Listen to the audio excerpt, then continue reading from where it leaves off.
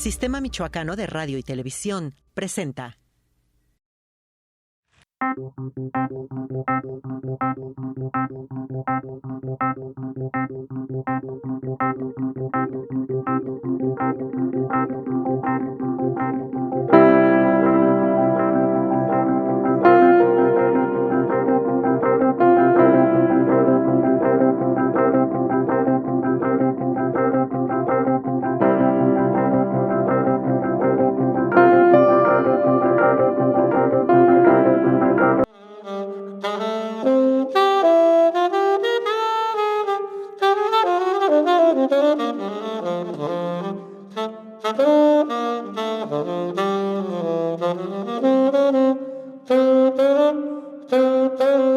Hola, ¿qué tal? Estamos en el Museo de Arte Contemporáneo en la capital michoacana. Vamos a hacer una interesante entrevista con un músico michoacano moreliano.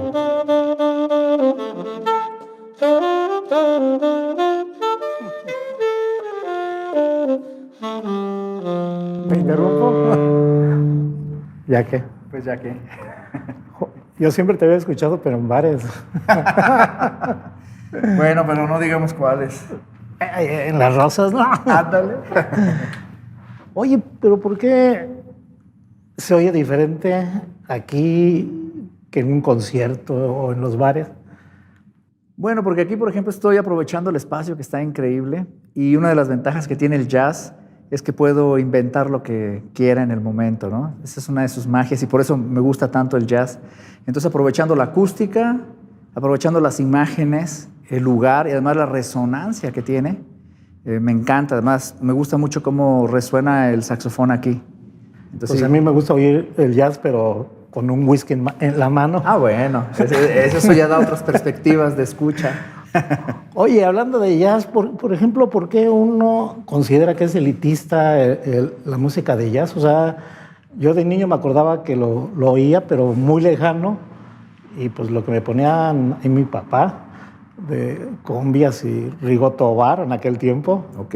Pero el jazz lo veía yo como muy lejano. ¿Por qué? Porque es elitista, ¿no? No creo, porque más bien es que no tenemos la cercanía, valga la redundancia, la cercanía cerca de uno, en el sentido de que no estamos acostumbrados que los medios pongan jazz, y no estamos acostumbrados, como tú dices en tu casa, de alguna manera a tener esa escucha, ¿no? Como también para mucha gente es muy complicado y a lo mejor muy elitista escuchar Beethoven, aunque eso se escucha más, por decirlo de alguna manera, ¿no? Sí, de alguna otra manera. Y también tenemos otro sentido que es la percepción del jazz. Por ejemplo, una de las cosas que la gente celebra mucho cuando está en un bar, ya que tanto te gusta, y el whisky, es, por ejemplo, supongamos que estamos en un bar donde se toca especialmente rock, ¿no? Por no ir a otra cosa. Entonces, ¿qué sucede? La gente que está escuchando, por ejemplo, el grupo está tocando covers, que es lo que normalmente se hace, ¿no? Entonces, supongamos que están tocando una pieza de Carlos Santana. Inmediatamente te enganchas porque la conoces, sabes cómo va, dónde va a ser esto, dónde va a ser el solo, y de repente escuchas al guitarrista tocando un solo y seguramente va a tocar el solo de Carlos Santana, al que conocemos de la grabación. Y si por alguna casualidad el guitarrista toca otra cosa, hace su propio solo, o el grupo hace su propio arreglo de la pieza de Santana y ya no lo escuchas como en el disco, dices, ese grupo es malo. Sí. No toca como pero es. Yo voy a insistir con lo del jazz. Pero espérame, entonces en el jazz es la sorpresa, lo que a veces no gusta. ¿Sí me explico? Entonces, por ejemplo, en el jazz, tú tocas un tema y no necesariamente lo voy a tocar en la dirección que es como comúnmente se podría tocar, ¿no? Entonces, y además, esa es la magia que tiene el asunto. Entonces, porque nos hacemos cómplices los que estemos tocando de cambiarlo, de variarlo, de cambiar una sección de ritmo. Y entonces la gente está como, ¿qué están haciendo estos, no? ¿Qué está pasando? Entonces, es la falta de costumbre a una cosa. Para no ir tan lejos, un programa, supongamos, de la Sinfónica, que programe música contemporánea de Michoacán, de autores contemporáneos, y escuchan, se acercan y como que no saben qué onda, ¿no? De qué se trata, quiénes son estos compositores o demás, pero dicen, Vivaldi, se atasca. Entonces es más que, Pero a yo ver, siento más por ahí. A ver, para el jazz, para muchos y muchos compañeros de escuela, cuando iba, hace no muchos años, demasiados, pero es como triste, como te llega cierta nostalgia, no la entiendes, pero como que te embarga cierta tristeza, cierta nostalgia, y a veces llega a ser deprimente. Pues depende cómo se toque. Y además el ambiente en que te desenvuelven, que tocan el jazz. Yo me acuerdo que iba yo a los bares y de repente el jazz y todos así ponían mucha atención, pero pues nadie estaba muy alegre, que digamos. Entonces, ¿el jazz es así? No, hay de todo tipo. Porque yo creo que lo asocias un poco al blues, al sentido más blues que jazz, ¿no?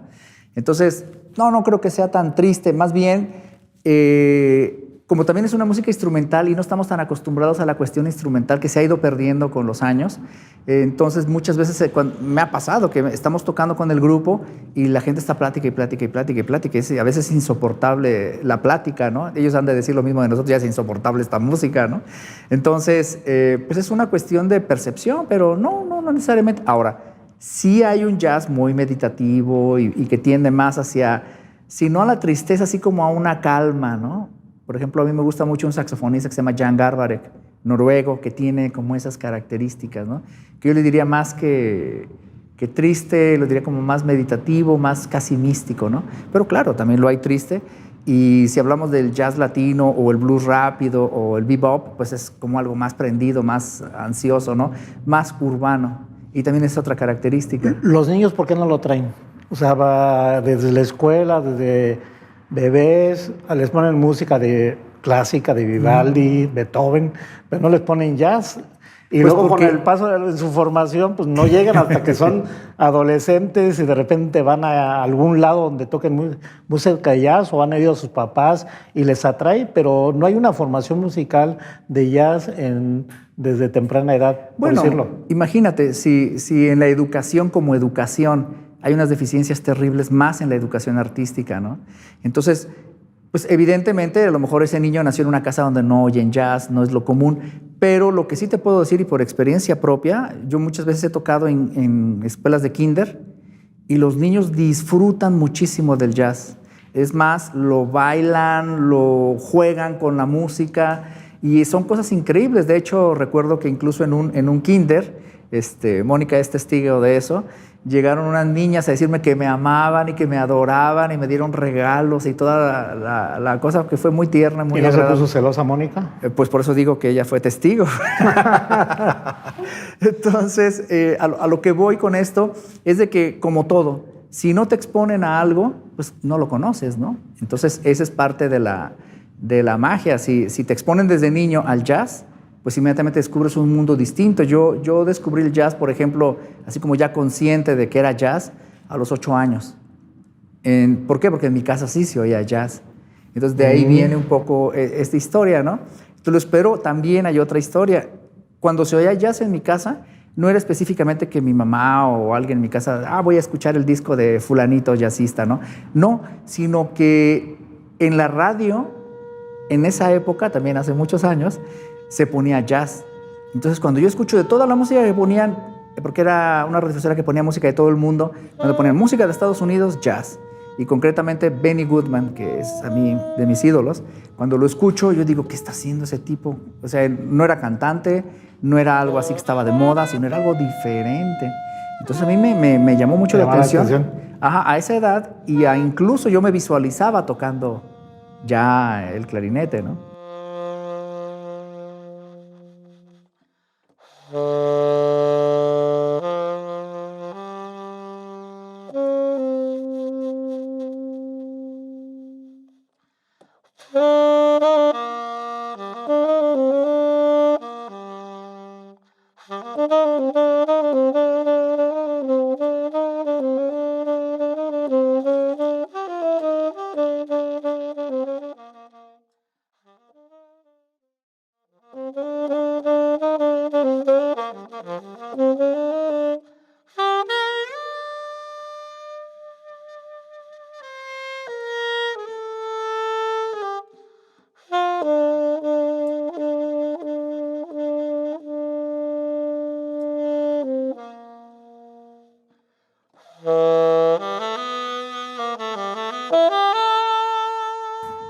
por ejemplo, ¿cómo aprender eso? Porque, no manches, yo de la secundaria la flauta me valía, ¿no? Pero, ¿qué significa tocar jazz en un aparato de esos? ¿Cómo empezaste? ¿Con qué empezaste? Hay una, por ejemplo, si uno sabe de salsa, sabe uno qué piezas están de boga y las escuchas y las identificas. Yo escucho música de jazz y no identifico nada. Iba a decir ni madres, ni más. Pero no manches, o sea, ¿cómo percibir la música de jazz, la calidad o no calidad? Pero ¿cómo empezaste tú de inicio? Bueno, como te dije, a los 8 años yo ya quería tocar el clarinete, que es parecido, pero es otro instrumento. Y ya en la adolescencia mi mamá me regaló un disco de Dave Brubeck donde viene Toma 5. Y es cuando escucho el sonido de Paul Desmond fue lo que me convenció a tocar el saxofón, que a mí de principio me pareció un instrumento raro, un tubo extraño con llaves, demasiadas llaves, ¿no? Y así un poco, ¿cómo le hago para tocar esto? Pero una vez que ya lo tuve en las manos y que conocí además otro tipo de sonidos, me capturó inmediatamente, ¿no? Primero, es muy ergonómico, es un instrumento que se inventó en 1840, cuando estaba inicios de la revolución industrial, o bueno, ya estaba en pleno desarrollo, y el instrumento representa eso, muy mecánico, como de mucha tecnología, como es un instrumento, digamos, nuevo, todavía hasta la fecha sigue teniendo innovaciones. Este modelo tiene, por ejemplo, este tipo de material, el grosor, serie de cosas en las llaves para que proyecte mejor el sonido, etcétera, etcétera. Ahora, ¿cómo tú puedes oír a alguien si toca bien o no? Tu mismo sentido te lo va a decir. Tú inmediatamente reconoces cuando algo está mal tocado, aunque no sepas nada de música. O simplemente decir, esto no, a mí nomás no me es convence. Es como esto. Pudiera ser, sí, lo que claro. te atrae, lo que te emociona, te apasiona, te llama la atención, le ves algo diferente. Así es, y además y te llega, ¿no? Entonces, además, la música, a diferencia de, por ejemplo, el arte plástico, te llega de manera sensorial. O sea, porque la música no se ve, se percibe únicamente, ¿no? Entonces, el concepto que los músicos tenemos ya en general es que tú, como la forma en que tú tocas, eres tú. Esto es nada más el vehículo con el cual suenas, pero tu sonido es único. Y es una de las cosas que me gusta mucho del jazz, ¿no? Que es muy personal, muy, muy tuyo. Quien te escucha inmediatamente va a saber, es fulanito, o toca como sutano, o puedes incluso identificar todas las serie de influencias, ¿no? Que puedes ver, por ejemplo, en un pintor que se está formando, inmediatamente tú puedes ver por sus trazos, ideas y demás, tiene parecido a fulano, influencia de sutano, ¿no? Y pasa igual con el jazz. Entonces, pero como todo es, me gusta, no me gusta. Ahora, otro principio importante es, como decía Charlie Parker, si no lo vives, no lo tocas. Entonces, pues evidentemente, ¿quieres que toque algo triste? Pues debía haber pasado momentos de algo alegre, pues igual, ¿no? Pero a ver, del 1 al 10, ¿cómo te calificas como jazzista? Porque se presume y que eres uno de los mejores jazzistas del país, de México, y el número 1 o el 1.5 en Michoacán. Y has tenido giras en el extranjero. Del 1 al 10, ¿cómo te calificas tú? Para ser honestos, yo me pondría un parámetro pues, muy alto. Yo diría que yo estoy como en un 7, casi rascándole al 8, porque me falta mucho todavía por aprender. Y a pesar de que estoy trabajando mucho en tener mi propia voz, pues todavía siento que me falta. Ahora, por otro lado, no es mi obsesión eso, ¿sí me explico? Sino simplemente es tocar lo que yo quiero, como quiero, con quien quiero y donde quiero. Sí, entonces esa es parte de lo difícil de dedicarse a esto, ¿no? Por eso yo hablo de una vida disfuncional, porque estás aquí mañana y tú quieres ir a tocar a determinado auditorio o con determinado auditorio y te desplazas porque es un deseo tuyo, es el gusto que te das tú, y si cobras bien, pues mejor, ¿no? Sí, claro. ¿Cuánto has llegado a cobrar así en un concierto en el extranjero, aparte de los viáticos? Pues depende, ¿eh? Porque No, así que te digas un tope así mayor, que tú digas... ¿Que me han pagado o que se te han pagado, sí. Yo creo que lo que más me han pagado ha sido como unos $4,000 más o menos. ¿Y es bueno eso? Es bueno, bastante bueno. Para la economía local es bastante bueno. ¿Cuál es tu pieza favorita que tocas y te llega más que otras? ¿Nos puedes tocar un pedacito? Sí, claro. Por ¿Cómo ejemplo, se llama y qué es lo que significa? fíjate, voy a tocar una pieza más o menos en un mood tranquilo, así, más sensual que otra cosa. Y es una de las piezas que casi siempre que, por ejemplo, empiezo a calentar o demás, casi por lo general la toco. Sí, es de Coltrane, se llama Naima.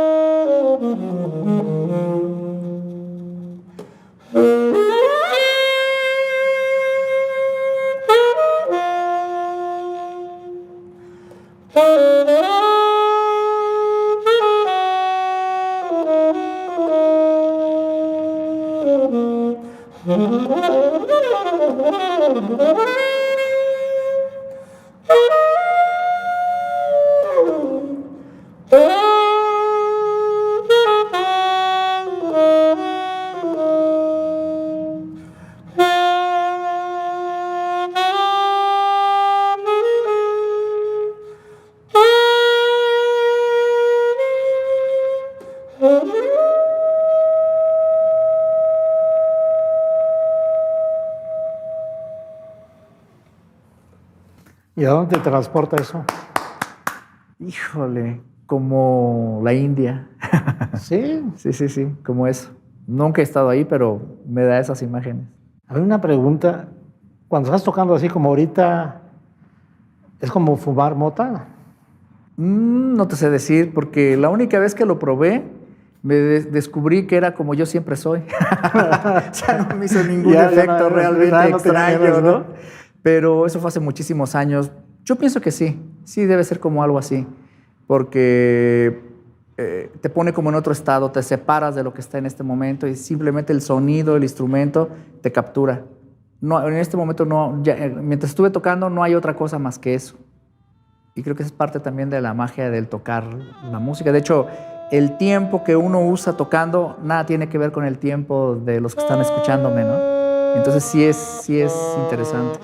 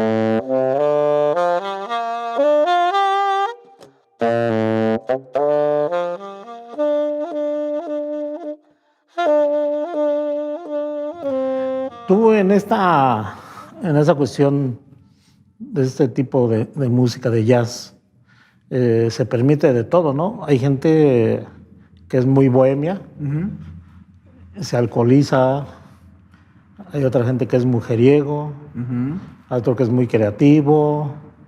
¿Tú has sido mujeriego? Sí. ¿Del 1 al 10? Yo siempre mido del 1 al 10 para ver cómo reaccionan y ya viéndolos digo, me está engañando. Yo te diría que fue un 12. Un 12. Sí. ¿Alcohol? No, alcohol no. Sí me gusta mucho. Disfruto muchísimo del mezcal y el vino tinto. Y eso sí, puedo decirte que me echo uno diario. De uno o de otro, pero sí, me gusta mucho. ¿Cuál es tu tinto favorito? Me gusta mucho el Cabernet, me gusta y un poco más seco. No me gustan los vinos tan dulces o dulces en general. Yo una vez fui hay un restaurante aquí en el Boulevard García de León. Ajá. Y me hicieron una cortesía la primera vez. Un vino italiano exquisito. Wow. Luego fui la segunda vez, pero ya me tocó pagarlo.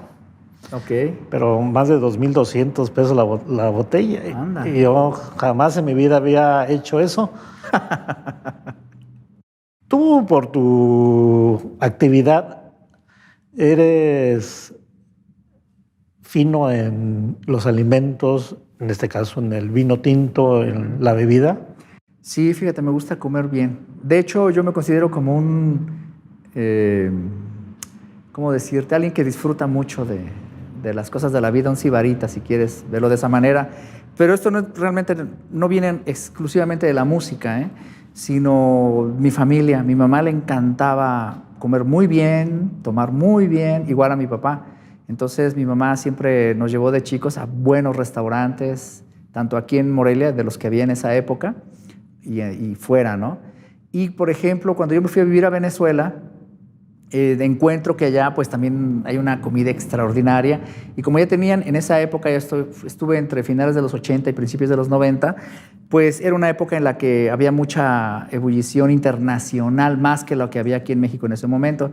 Entonces empiezo a descubrir pues que sí, restaurantes de comida alsaciana, de tal región de Bélgica, o mucha italiana, porque hay una gran población italiana allá, o árabe, que me fascina, o francesa, europea, ¿no? Entonces recuerdo que un día toqué en un restaurante que los dueños eran de Bélgica. Y entonces yo estoy sentado en la barra y veo una bebida que me encanta, que es de Bélgica. Y le digo, oye, ¿tienes tal bebida? Es de mis favoritas. Y me dice la persona, pues pocos músicos han reconocido un tipo de bebida como tal. ¿Quieres un trago? Y dije, claro, por favor, ¿no? Entonces, no, siempre me ha gustado. Y siempre a donde voy, procuro encontrar un lugar donde haya buena comida y buena bebida. Oye, ¿y has tenido experiencias pésimas donde te abuchen, te mienten la madre, sí, claro, mienten cosas? Sí, una vez fui golpeado incluso. Sí, claro, sí. ¿Y en dónde y por qué? Fue ya hace algún tiempo. Yo tocaba en la Ciudad de México con un grupo que se llamaba La Banda Elástica, que es un grupo muy conocido en el mundo de la música alternativa.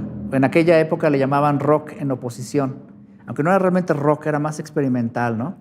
Y mucha influencia de Frank Zappa, que es como de donde abrevaban su creatividad, pero un grupo extraordinario. Me refiero en el sentido de la música y de los integrantes. Los músicos de esa banda son extraordinarios músicos, ¿no? Entonces un día nos invitan a tocar en CEU, en uno de los estadios tiene un nombre especial, de entrenamiento, algo así, en CEU, en la Ciudad de México, no en el estadio grande, sino uno más pequeñito. Y resulta que estamos tocando, pero antes de nosotros tocó Botellita de Jerez, y antes había tocado Maldita Vecindad y de este tipo de grupos, y llegamos nosotros, que además el grupo, aparte de que tocaba música muy rara para la mayoría de la gente, era instrumental. Entonces empezamos a tocar, y además yo concentrado en la partitura porque la música era súper complicada, y yo estoy tocando y de repente me dieron un naranjazo a media cara, que de milagro no me dieron en la boca, porque si no me hubiera tragado el saxofón. Pero me rompió así, me dejó herido. De hecho, tuvimos que parar el concierto porque fue tan fuerte el golpe que me sacó sangre.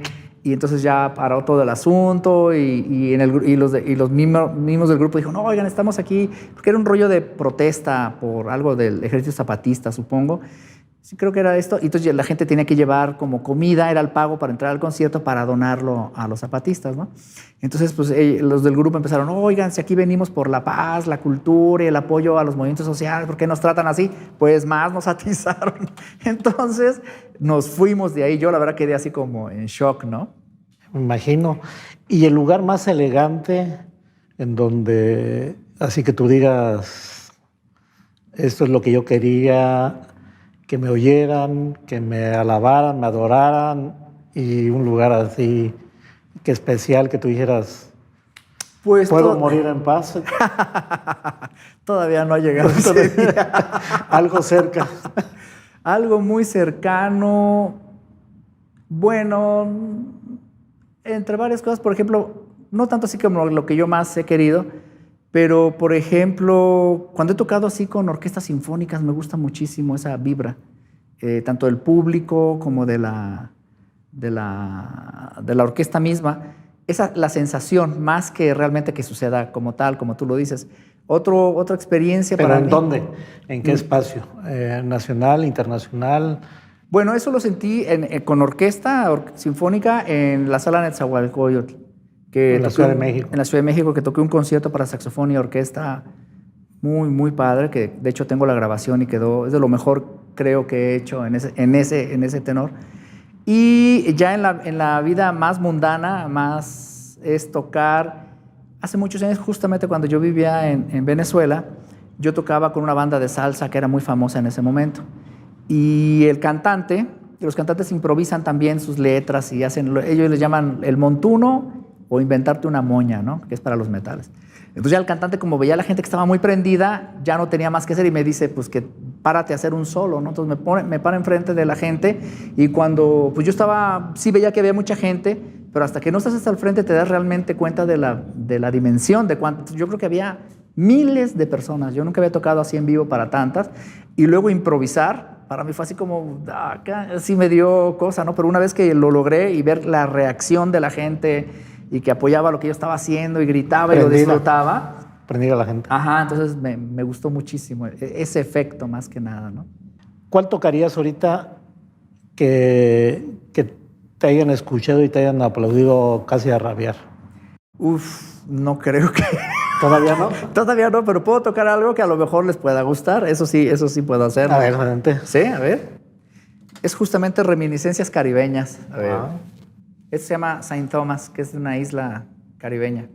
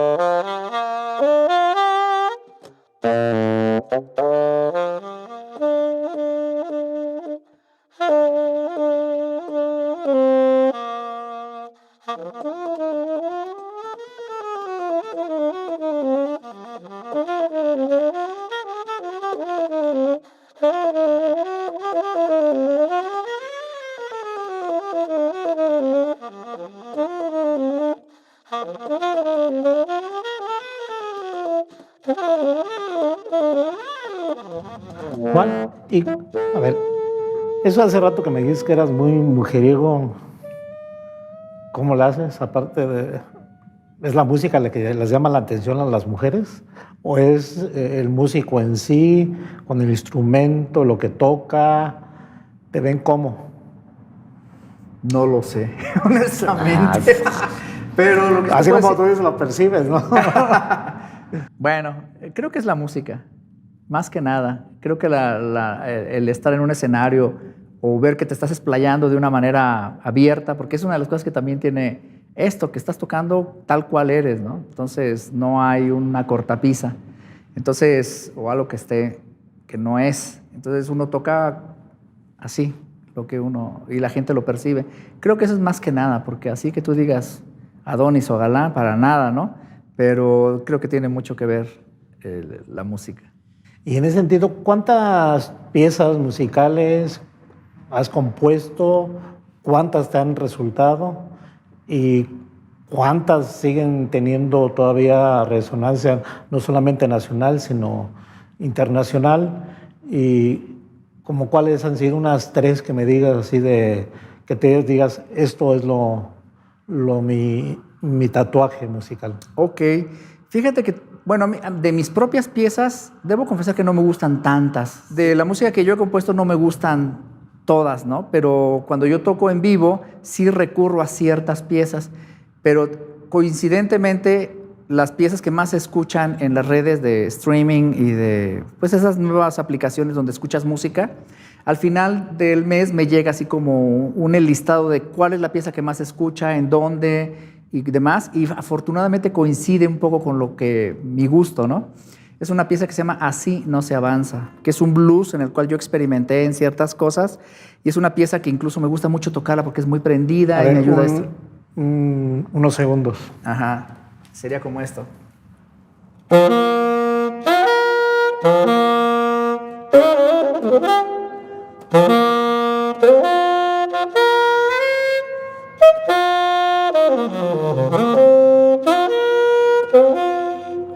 Es más o menos eso.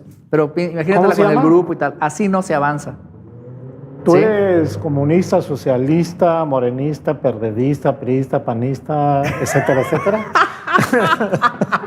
Bueno, ahí te va. Digo, por eso con ese tipo de Claro. nombrecito tiene algo que ver desde el punto de vista ideológico. No, sí, definitivamente. Esa pieza se la dediqué a un exgobernador y la toqué delante de él. Y antes le ¿A dije, favor o en contra? En aquel momento no estaba muy conforme con el asunto, ¿no? Ahora lo extraño. Entonces, en ese momento, bueno, pues va dedicada al señor gobernador y Así no se avanza, sonó.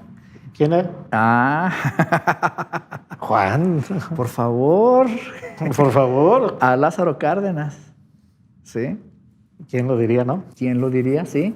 Entonces, pues la toco y siempre la he tocado. Y ahora mis tendencias políticas, pues obviamente son de izquierda, ¿no? Simpatizo mucho con la ideología izquierdista. Y esto desde siempre, no es para nada algo que esté ahora, porque mi familia se dedicó a esto y era de tendencia izquierdista. De hecho, mi papá fue uno de los primeros diputados de izquierda que hubo aquí en el Congreso de Michoacán, más o menos en finales de los años 40, principios de los 50, en la legislación, si no mal lo recuerdo, 49, y era del Partido Popular Socialista. Tú no eres militante. No. Eres simpatizante de la izquierda o activista de la izquierda sin ningún partido político. No, soy simpatizante. Soy simpatizante. No milito ni hago nada a favor de ningún partido, ni mucho menos, no. Y esto porque no creo tanto en la cuestión de los partidos, pero es mi posición muy personal, ¿no? Y sí con la izquierda porque me gusta la cuestión social, ¿no? Y además yo estudié la preparatoria ya de manera formal, por decirlo, en el mundo de la preparación en ese sentido. en la Prepa 4 en los años 70, principios de los 80, que era un experimento que tenía la Universidad Michoacana con gente de la izquierda. De hecho, ahí se enseñaba, todo era marxista, economía política. Exactamente. Y ahí conocí varios de los personajes que ahora son muy conocidos en el Estado, que fueron mis maestros en la prepa. Por ejemplo, mi maestro de sociología fue Leonel Godoy. Mi maestro de historia fue Jaime Hernández, que después fue secretario de Cultura, y exguerrilleros que estuvieron en el combate de cuerpo a cuerpo, por decirlo así, ¿no? Entonces fue como del periodo de la amnistía y que los acogió la Universidad Michoacana y les dio como un espacio, ¿no? ¿Y esos maestros no tan decepcionados, Leonel Godoy y el otro? Pues fíjate que con Jaime Hernández, para empezar con él, no, siempre ha sido un maestro muy, yo lo siento muy congruente con lo que yo le conocí desde que era adolescente. Y además, pues, durante el tiempo que él estuvo al frente tanto del Instituto Michoacano de Cultura como de la Secretaría de Cultura, él me apoyó mucho.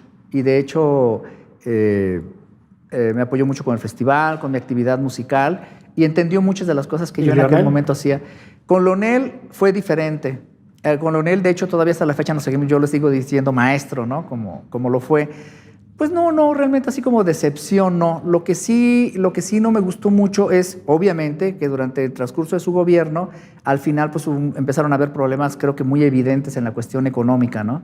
En el Estado, que pues sí se percibía, y ya con el Festival de Jazz y con la Secretaría de Cultura, pues empezamos a ver disminuciones en los apoyos y sobre todo en la proyección cultural de ese momento, ¿no?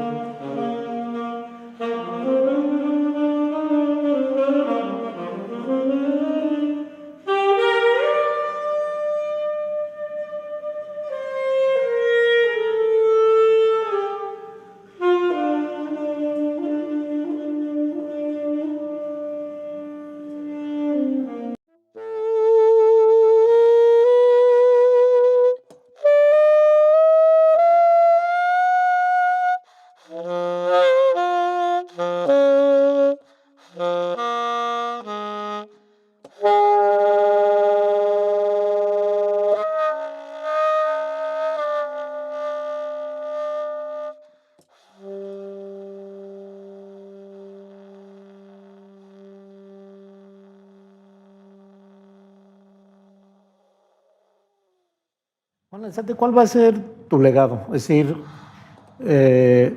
tocas por tocar, enseñas, dejas algo de tu música o te vale. O sea, te da igual, enseñas de manera altruista, no enseñas, cobras por enseñar, o cómo es, hablando de herencia, de legado, de lo que sabes. Bueno, la vida sin querer me ha llevado por el sendero de la enseñanza. Te lo digo por sin querer porque nunca lo tuve como en perspectiva. Más bien mi rollo era tocar y lo más que pudiera y con todos los músicos que yo pudiera y adquirir mucha experiencia en ese sentido, lo cual hasta cierto punto lo logré y lo he hecho, ¿no? Y viajar, que afortunadamente por la música he viajado muchísimo. Entonces, cuando llega la cuestión de la enseñanza, para mí fue un reto muy interesante porque sí daba clases, cobraba por ellas, pero era como un poco ir al ritmo del alumno, ¿no? Pero ya cuando entré a una institución donde yo tenía que crear la carrera, yo tenía que darle un enfoque, ahora sí, didáctico y planeado y demás, pues ya tuve que modificar muchas de mis ideas en ese sentido. Entonces creo que mi legado va en el sentido de que he creado generaciones de saxofonistas. Ah, ok. Ajá, entonces sí has estado inmerso. Así es. De hecho, muchos de los saxofonistas jóvenes que suenan ahorita en la ciudad, de los mejores, afortunadamente, han sido mis alumnos. Ahora lo estoy expandiendo al Bajío, tanto en la Universidad de Querétaro como en la de Guanajuato, y ha sido bien interesante trabajar con eso. Otra, yo hasta cierto punto sí me valía un poco el rollo de qué voy a dejar, ¿no? Aparte de eso de las clases.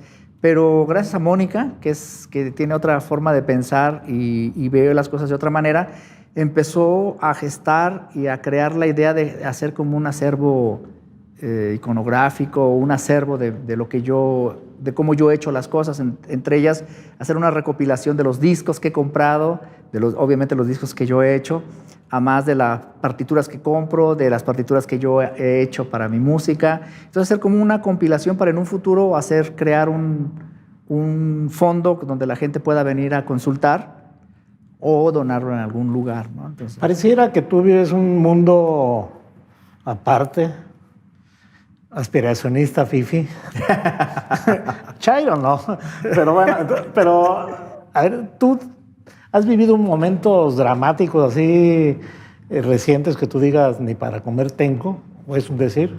bueno, tanto como para comer, no, pero sí en el rollo de que oye, no tengo dinero para ir mañana a dar clases, por ejemplo, o se descompuso el carro y resulta que son 15,000 pesos que tienes que soltar de un momento, ¿no?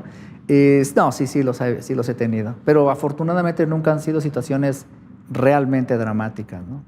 Oye, y regresando al tema de la enseñanza, ¿cómo le enseñarías tú jazz a los niños? Y en ese sentido, digo ya para concluir, ¿por qué no?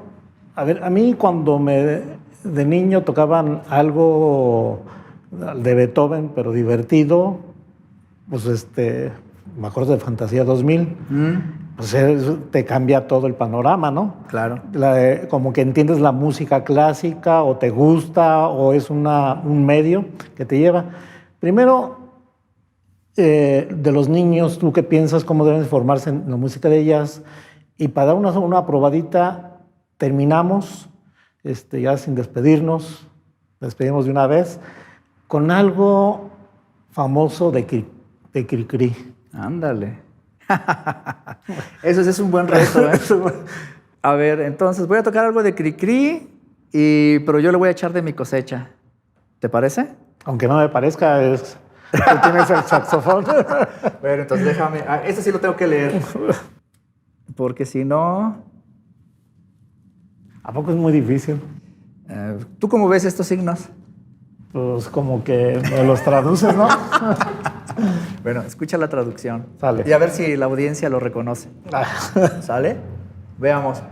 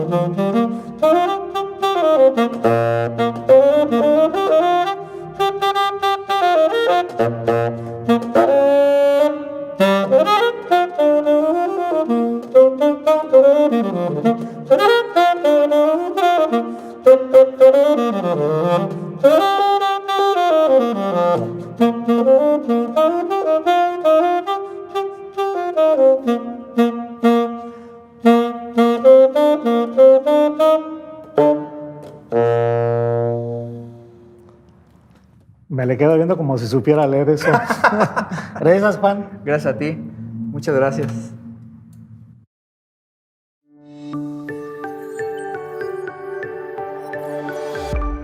Sistema Michoacano de Radio y Televisión presentó